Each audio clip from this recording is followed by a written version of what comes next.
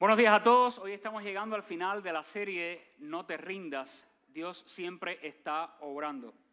Y tenemos el increíble privilegio de recibir en nuestra iglesia a un pastor y líder dedicado, consagrado, que está teniendo él y su iglesia un impacto extraordinario en la obra de Dios en Cuba. Es el doctor Yaisei Lima, quien nació en Remedios, en la provincia de Villa Clara, Cuba, y su preparación es un testimonio de su profundo compromiso con la excelencia y con el ministerio cristiano. Se graduó como abogado en el año 2013 en la Universidad Central de Las Villas, en Cuba. Luego completó una maestría en teología en el Seminario Teológico Bautista de La Habana. Recientemente, en diciembre de 2023, se graduó con su doctorado en ministerio con énfasis en liderazgo en el Seminario Teológico Bautista de Midwestern, aquí en los Estados Unidos. Actualmente continúa cursando estudios en un segundo doctorado de PhD con énfasis en eclesiología en ese mismo seminario de los Estados Unidos. Además de su labor pastoral, es profesor de Historia de la Filosofía a nivel de maestría en el Seminario Teológico Bautista de La Habana. El doctor Lima no solo enseña, sino que lidera grandes movimientos en la isla. Por 5 años fue el líder del Ministerio para Jóvenes de la Asociación Bautista de Cuba Occidental, que trabaja con más de 570 iglesias en la isla. Actualmente es vicesecretario de esta convención, está felizmente casado con su esposa Yudilén por hace más de 14 años, tienen un hijo Michael de 8 años y una niña Melody de 5 años. El doctor Lima también es el pastor de la primera iglesia bautista de Caibarien, una de las iglesias con las que tenemos compañerismo estratégico. Y esta iglesia Dios la está usando como un faro de luz en medio de la oscuridad. Su iglesia es una de estas 16 iglesias que les he mencionado y gracias a nuestra colaboración, este año en el verano lograron alcanzar a más de 500 personas con el evangelio en una escuela bíblica que no solo predica a niños, sino a personas de todas las edades. En el año 2024, su iglesia llegó a compartir el evangelio con 5.882 personas. Vieron venir a Cristo ese año 288 personas y de ellas llegaron a discipular 246, bautizándose 41 de esos creyentes. Bajo su liderazgo, la palabra de Dios se continúa predicando activamente en 17 otras misiones o lugares de predicación que tiene la iglesia y en 37 grupos en casas en la ciudad donde es pastor. El doctor Lima es un líder increíble que moviliza equipos, entrena líderes, recauda fondos y alcanza cientos de personas, incluso en un país que enfrenta actualmente desafíos inmensos. Su iglesia cada semana de lunes a viernes alimenta a 80 ancianos, llevando también comida a otros ancianos que viven solos en sus casas o por limitaciones físicas se les impide llegar al comedor de esa iglesia. Todo esto lo hacen en un contexto hoy donde la población cubana sufre hasta 20 horas de electricidad cada día y carecen de medicinas y sufren la mayor inflación económica de toda la historia. Así que estamos teniendo con nosotros lo que considero un guerrero de la fe, un edificador del reino de Dios y un ejemplo de lo que significa compromiso con Cristo y perseverancia en la fe. Así que, iglesia, demos la más cordial bienvenida al pastor Yaisei Lima. Bienvenido, hermano.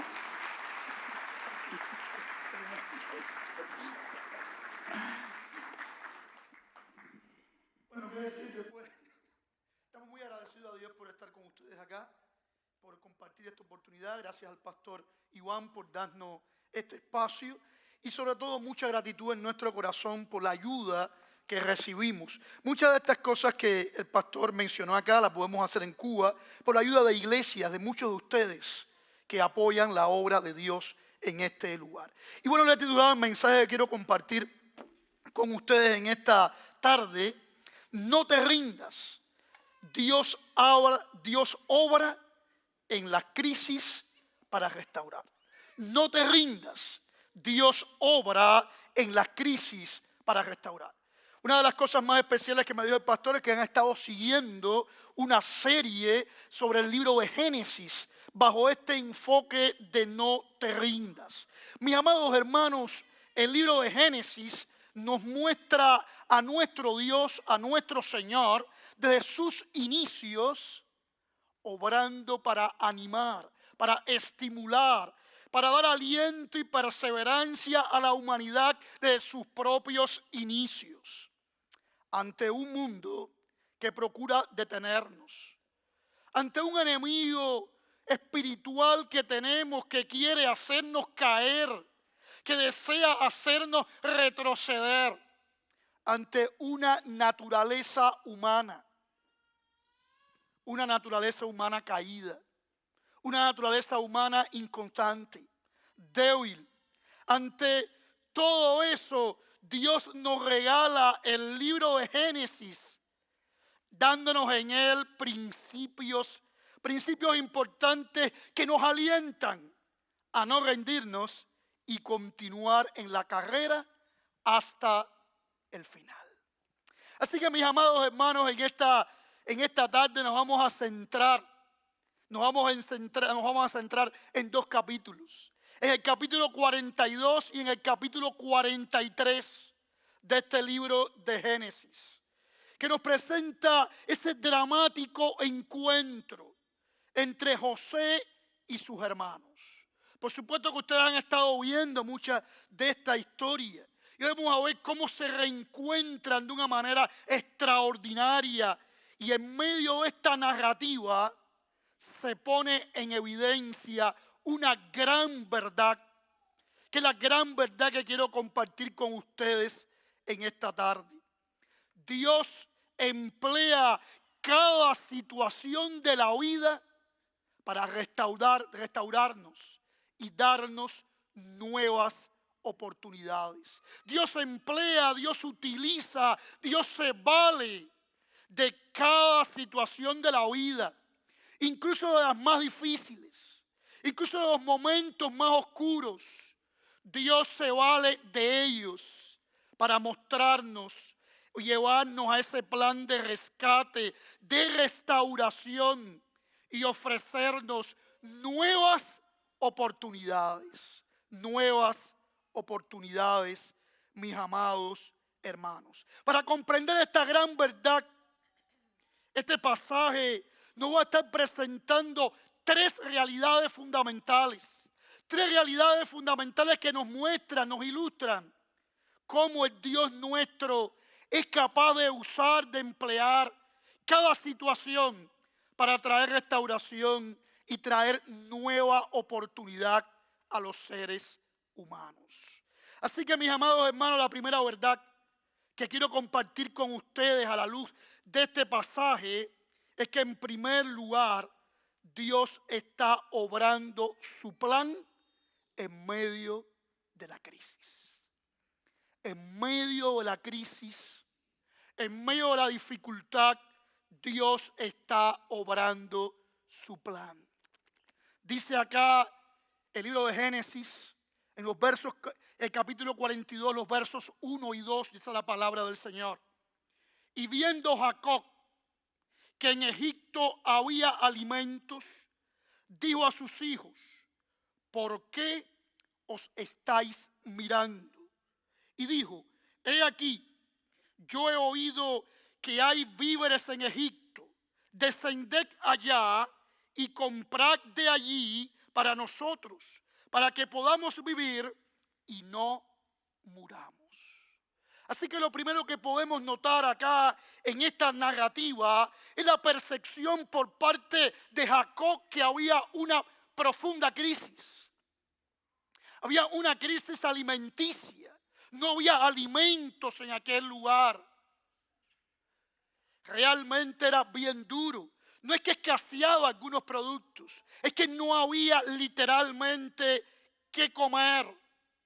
Y a la vez también Jacob está reconociendo que es en Egipto, únicamente en Egipto, donde se encuentran los alimentos, donde estaban los alimentos. Y solamente viajando a Egipto es que podían traer estos alimentos y subsistir. Ir a Egipto a buscar los alimentos era cuestión de vida o muerte. Pero hay algo interesante en estos primeros versículos. Cuando Jacob menciona la palabra Egipto, ocurre algo en la vida de aquellos muchachos, de los 10 hermanos, que estaban ahí, los 11, porque estaba también el más chiquito. Pasó algo. El rostro de ellos cambió al punto que su padre lo notó. Y entonces hace esta extraordinaria pregunta: ¿por qué os estáis mirando? ¿Qué está pasando con ustedes? ¿Qué está pasando ahí con ustedes? Mis amados hermanos, cuando dice el texto la expresión viendo, implica más de una percepción visual y tiene que ver con una comprensión de la situación.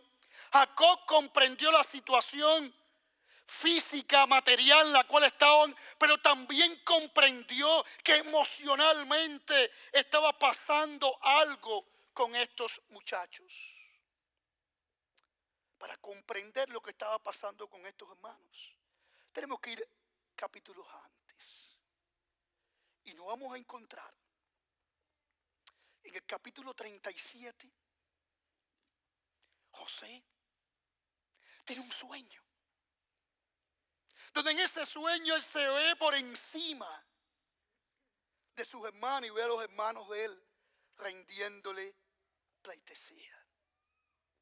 Y todo esto trajo consigo, entre otros problemas en la dinámica familiar, que sus hermanos lo vendieran a Egipto. Por lo tanto, recordar a Egipto era simplemente recordarle su pecado, era recordarle su maldad, era recordarle cuán terrible ellos habían sido.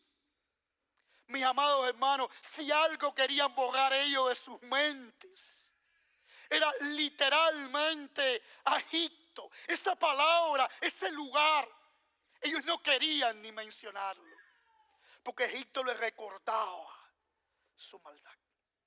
Tristemente, muchas veces nosotros en nuestra vida tenemos también un Egipto. Muchas veces nosotros en nuestra vida tenemos sucesos terribles, donde el pecado, sucesos de pecado, de malas decisiones, de malas actitudes, que nada más de recordarlo queremos ignorar porque nos confronta con nuestra condición y con nuestra realidad espiritual. Mis amados hermanos, yo creo que es importante que entendamos que a pesar de todo lo que ocurre a nuestro alrededor, Dios sigue obrando su plan. Aquella hambruna que había llegado no era una hambruna más. Se reconoce hoy por la arqueología, está documentado cómo en aquella zona continuamente habían hambrunas. Ahí tenemos evidencias arqueológicas. Pero esta no era una simple hambruna más. Era un instrumento de parte de Dios. Porque no solamente estaba mostrando la carencia de alimentos, sino también estaba mostrando las carencias espirituales, las carencias morales de aquella familia. Mis amados hermanos, Dios muchas veces emplea, Dios muchas veces utiliza, se vale de las crisis, de los problemas, para mostrarnos nuestra condición, para mostrarnos nuestras faltas, para mostrar los pecados. Muchas veces, si no fuera por la crisis, muchas de estas cuestiones no salían a la luz de nuestra oída. Pero en medio de ella, Dios sigue obrando.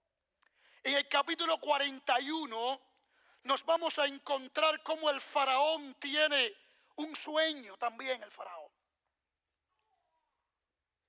Y José interpreta este sueño. 7 años de escasez, 7 años de abundancia. o viceversa. La realidad es que José, producto de la interpretación de los sueños y demás, es colocado en una posición de autoridad dentro de Egipto. Dios utilizó esa crisis para llevar a su familia a donde él estaba. Dice el texto bíblico, y descendieron los 10 hermanos de José a comprar trigo en Egipto. Si no hubiese sido por la crisis, nunca estas personas hubiesen descendido a Egipto. Muchas veces, mis amados hermanos, Dios usa la crisis para que descendamos a su voluntad, para que descendamos a su plan, para que descendamos a lo que Él quiere obrar y hacer en nuestra vida.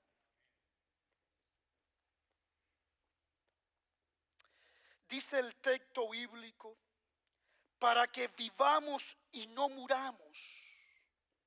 Eso nos habla de la urgencia existencial, la hambruna que ellos estaban teniendo. No había opción. No había opción. Para Jacob, descender a Egipto era lo único que podía traerles ayuda. Para sus hijos, descender a Egipto era chocar con su pecado, era chocar con su realidad. Así que, mis amados hermanos, se trataba del mover de Dios. Toda esta crisis era el mover de Dios, ajuntando todos los detalles para cumplir su plan de reconciliación. José había preparado todos esos graneros, pero todo eso no era fruto de la astucia. Todo eso no era fruto del ingenio de José. Detrás de todo eso estaba, ¿qué cosa? La mano de Dios. Detrás de la hambruna, detrás de que fueran a Egipto, detrás de que Egipto hubiese comida, detrás de que José tuviera una posición ahí importante, detrás de todo eso estaba el plan de Dios. Detrás de todo lo que ocurre a nuestro alrededor está su plan de llevarnos a Él, de llevarnos a su voluntad. Dios iba a usar esta terrible crisis para cumplir sus planes redentores. Dios controla la historia e incluso las crisis más agudas e inexplicables son un poderoso instrumento en sus manos. A lo mejor la crisis que usted está pasando hoy, ese evento inexplicable de su vida, eso es un instrumento en las manos de Dios. Y el Señor los va a usar para llevarnos a su presencia, a su voluntad y a su plan. Porque Dios obra en medio de la crisis. En medio de la crisis, aunque no lo estemos viendo. Aquí estamos hablando de un capítulo y saltamos de un capítulo para otro. Pero, mis amados hermanos, entre un capítulo y otro hay años. Entre un capítulo y otro hay tiempo. Muchas veces nosotros tenemos la cultura, y sobre todo acá, la cultura de lo rápido, de lo express. Y escuchaba ahorita el pastor cómo solamente con un clic, todo se hacía, todo se resolvía. Y muchas veces queremos llevar esta experiencia a la vida física, también a la vida espiritual. Y creemos, amados hermanos, que Dios actúe, que Dios obra así al golpe de un clic. Pero nuestro Dios no trabaja así. No es su manera. Lo que sí podemos estar seguros, que siempre Él está trabajando. Y está usándolo todo con un propósito específico en nuestra vida. Así que, mis amados hermanos, por esto nos lleva a una pregunta crucial. ¿Realmente se cumplirán los planes divinos? ¿O pueden las acciones nuestras frustrar los propósitos de Dios? Esto nos conduce al segundo punto, a la segunda verdad que quiero compartir con ustedes en esta mañana. Los propósitos de Dios siempre se van a cumplir. Los propósitos de Dios, los planes de Dios, la voluntad de Dios, siempre, absolutamente siempre se van a cumplir. No tenga duda de eso. Dios siempre está obrando en medio de la crisis y sus propósitos siempre se van a cumplir. Siempre se van a cumplir, mis amados hermanos. En descender a Egipto no era una opción. Era la única opción de supervivencia. Se trataba de 220 millas que tenían que transitar. Y no eran carros, ninguna de las tecnologías hoy que tenemos para el transporte. 270 millas y alrededor de 7 a 10 días de camino en aquella época. De 7 a 10 días de camino tenían que transitar aquellos 10 jóvenes, aquellos 10 hermanos para llegar a Egipto y agarrar alimento. Pero dice el verso 6, y José era el Señor de la tierra, quien le vendía a todo el pueblo de la tierra, y llegaron los hermanos de José y se inclinaron a él, rostro a tierra. Dice que cuando llegaron aquellos 10 hermanos, se encontraron que José, dice el texto bíblico, era el Señor de la tierra. Esta es una expresión que muestra la autoridad prácticamente absoluta que tenía José. José se había convertido en el visir. Era la posición que existía en aquel entonces para personas que tenían una autoridad casi al nivel del faraón. Era la persona que tenía mayor autoridad a la hora de vender, de otorgar el alimento. Tenía el control completo. Dice la última parte del versículo, presenta a los hermanos de José haciendo ¿qué? Inclinándose, arrodillándose. Dice el texto bíblico, rostro a tierra. Es una expresión que muestra sometimiento y reconocimiento de la autoridad del otro. Y eso es lo que estaban haciendo los hermanos, reconociendo la autoridad, el poder de aquella gran figura dentro de Egipto. Estos hechos son una clarísima evidencia del cumplimiento de la profecía, de aquel sueño de Génesis 37, verso 7, donde aquellos manojos se inclinaban.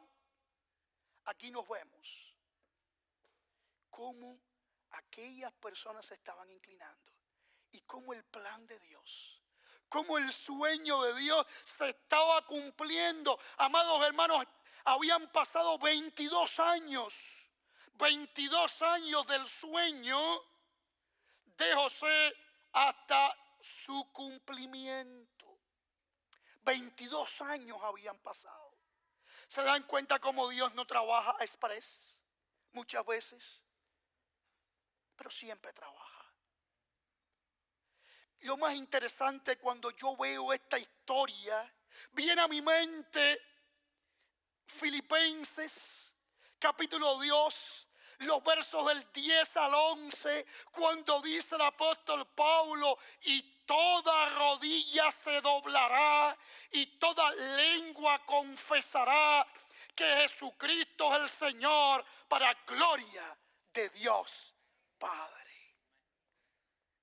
Mis amados hermanos, aquellos hermanos estaban doblando sus rodillas delante de José sin saber que era su propio hermano, pero lo estaban haciendo por necesidad, lo estaban haciendo por hambruna, lo estaban haciendo por supervivencia, lo estaban haciendo por crisis. Qué bueno hoy que nuestras rodillas se puedan doblar a alguien superior, al Rey de Reyes y el Señor de los señores, y que nuestra lengua confiese que Jesucristo es el Señor, pero que pueda hacerlo de manera voluntaria. Mira, a mí ese texto me encanta hablarlo en Cuba, donde hemos tenido a lo largo de más de 60 años un grupo de personas que nos han mirado, que han mirado a la iglesia, que han mirado a la fe y que han mirado a nuestro Señor como si no fuéramos nada. Y que sus lenguas se han usado para condenar, para ofender a la fe en Cristo. Y dice el texto bíblico que un día, que al final, toda lengua que va a ser y toda rodilla que se va a doblar, alguna rodilla y alguna lengua lo van a tener que hacer porque no queda otro remedio, porque estamos al final ante el juicio de Dios. Pero qué bueno que podamos hacerlo hoy de manera voluntaria, sabiendo que el plan de Dios, que los propósitos de Dios siempre se cumplen. No importa cuánto luche el ser humano contra el plan de Dios. No importa cuánto vayamos, cuánto le hicieron aquellos hombres a José. Cuánto tuvo que padecer José ahí en las cárceles, en aquella afrenta por la esposa de Potifar. Cuánto tuvo que padecer este muchacho por culpa de aquellos hermanos. Pero el plan de Dios siempre se cumple. Y ahí estaba aquellos hermanos sometiéndose y reconociendo la autoridad de José. Qué bueno que nosotros hoy y que esta humanidad pueda voluntariamente rendirse ante Cristo y reconocer su autoridad y su poder, porque ese es el plan de Dios. Mis amados hermanos, pasaron 22 años, pero en medio de ellos Dios estaba trabajando en la materialización de los sueños espirituales. En medio de todo lo que estamos viviendo, hoy Dios sigue trabajando para que esos sueños espirituales que Él nos ha dado, para que esa palabra que Él nos ha dado, para que ese plan que Él nos ha revelado pueda cumplirse en cada una de nuestras vidas. Los versículos 7 al 8 nos muestran cómo la apariencia de José había cambiado. Ellos no se dieron cuenta que era José. José había asumido, tal vez había asumido las costumbres faciales y demás, las culturas, se había quitado la barba, ya no parecía un hebreo. Y ellos no lo reconocieron. Pero dice el texto que José había decidido que tratarlo ásperamente. Pero dice acá también el texto, dice que ¿de dónde habéis venido? Ellos respondieron de la tierra de Canaán para comprar alimentos. Josué pues conoció a sus hermanos, pero ellos no lo conocieron. Entonces se acordó José del sueño que había tenido acerca de ellos y les dijo: espías sois. Amados hermanos, que alguien en el mundo antiguo fuera considerado, bueno, y hoy también, ¿no? Fuera considerado un espía, era algo terrible. Pero por demás era más terrible para aquella dinastía, para aquel faraón. Aquella dinastía, aquellos faraones que estaban en control de Egipto, eran un grupo que no eran puros egipcios, eran llamados Hicsos. Ellos habían venido y habían tomado el poder, habían invadido Egipto y lo habían tomado. Por lo tanto, ellos siempre creían que eso podía volver a ocurrir. Que eso podía volver a ocurrir. Y tenían gran temor tenían una especie de paranoia. Y haber sido considerado un espía era algo terrible. Sigue diciendo el texto bíblico acá, hablándonos de cuando ellos salieron. José le dice a aquellos hermanos de él, le dice, bueno, ok, ¿cómo para yo creerle que ustedes no son espías? Déjenme aquí a uno de ustedes y tráigame al otro hermano, porque ellos habían contado a José que había otro muchacho, otro hermano más joven que estaba con el padre. Tráiganmelo acá para yo entonces darle el trigo y que ustedes puedan regresar tranquilos. Pues ellos emprendieron nuevamente el viaje de regreso. Ellos regresaron, pero mis amados hermanos, cuenta la historia bíblica que cuando llegaron a su tierra, que fueron a abrir lo que traían ahí, vamos a decir, sus aljabas, fueron a abrir, se encontraron con algo. Se encontraron que el dinero, aparte del trigo que habían comprado, estaba el dinero. Esto era un serio problema. Usted se imagina, pero dice acá que ellos interpretaron, mis amados hermanos, ellos interpretaron todo esto como que era un castigo divino. Era un castigo de parte de Dios. Y aquí nos encontramos la tercera verdad. La tercera y gran verdad que quiero compartir con ustedes.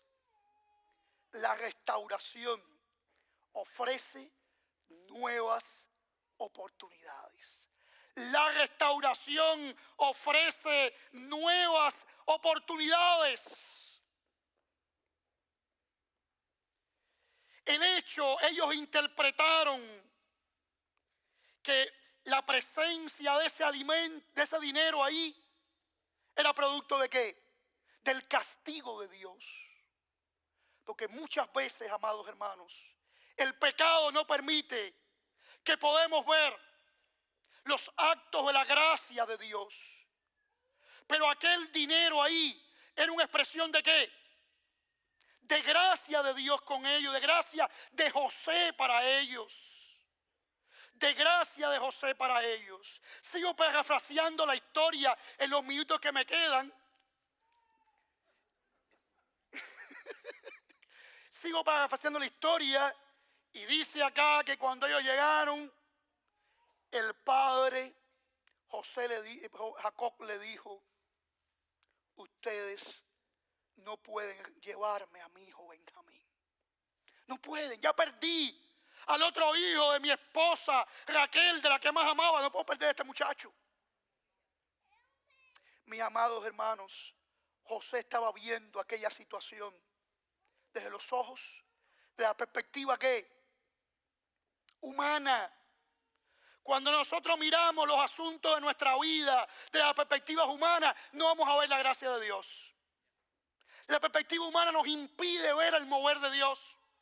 Y ahí tenemos el caso del primogénito, del hijo mayor. Le presenta una salida a Jacob. Y le dice Rubén,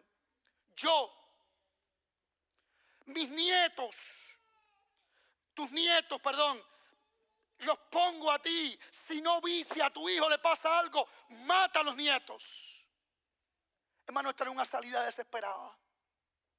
Muchas veces procuramos salidas desesperadas, salidas humanas para resolver estas crisis. Y eso es lo que nos trae, ¿qué cosa? Más crisis. Esa no era la salida de Dios.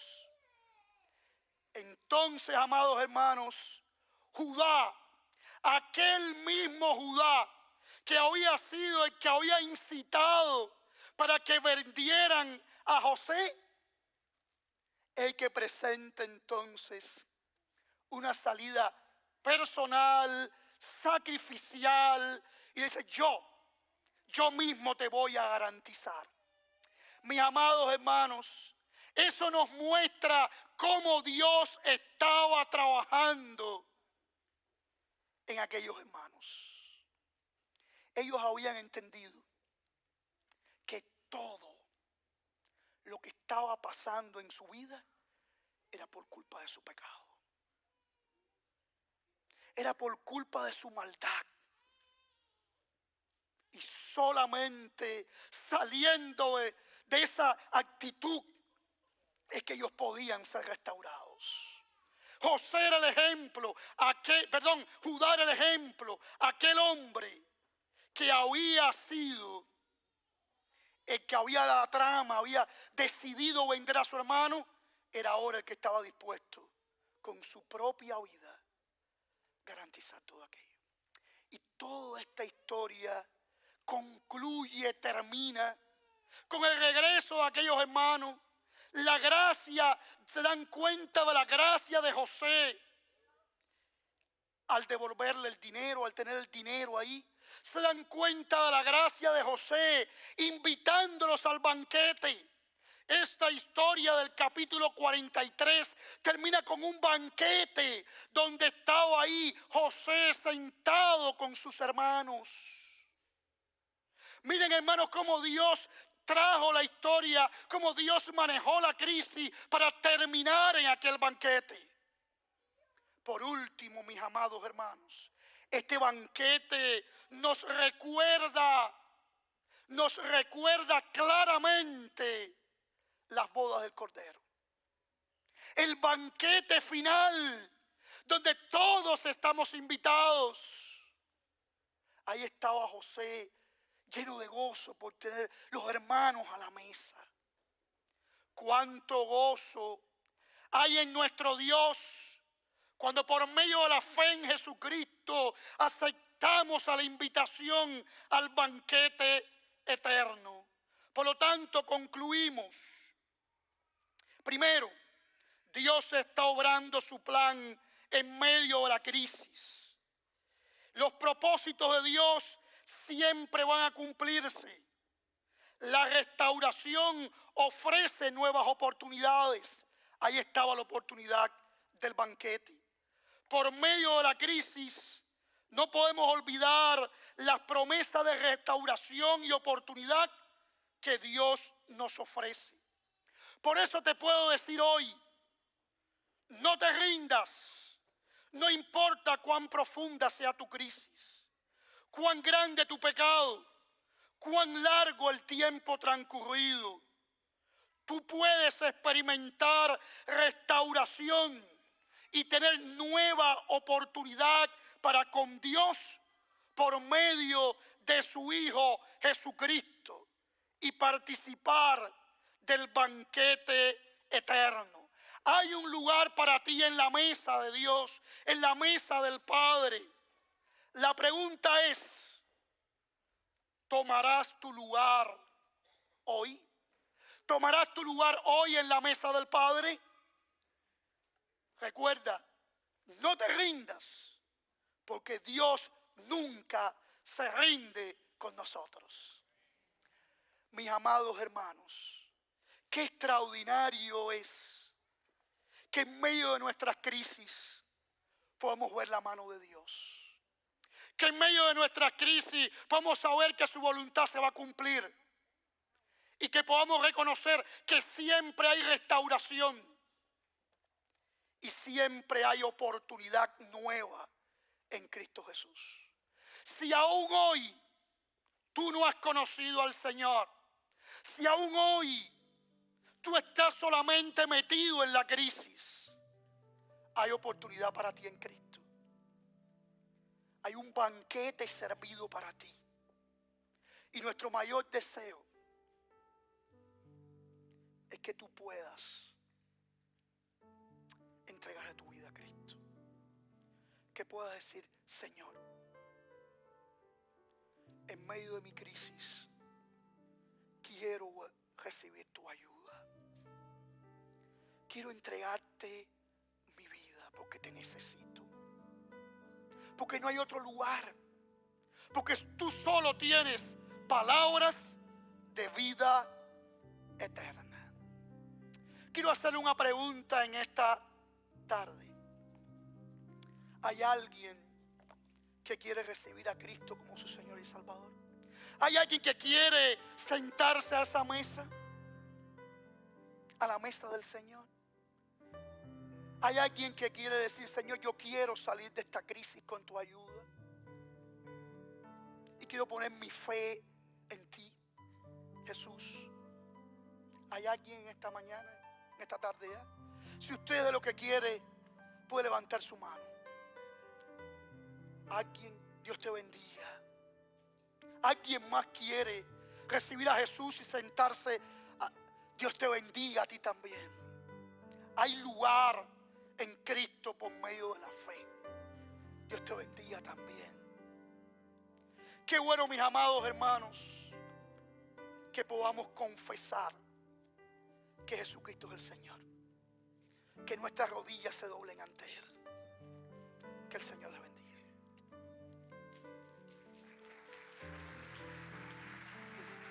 Discúlpame con el tiempo.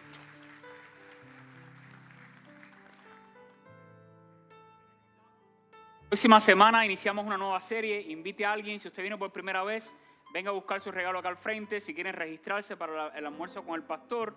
Y aquellos que oraron o están deseosos de recibir a Cristo y quieren que alguien los guíe en esta oración para recibir al Señor, venga aquí delante. Aquí va a estar el hermano Luis Ovalles y su equipo. Y tenemos también un libro de regalo para usted. Que el Señor les bendiga. Nos vemos la próxima semana.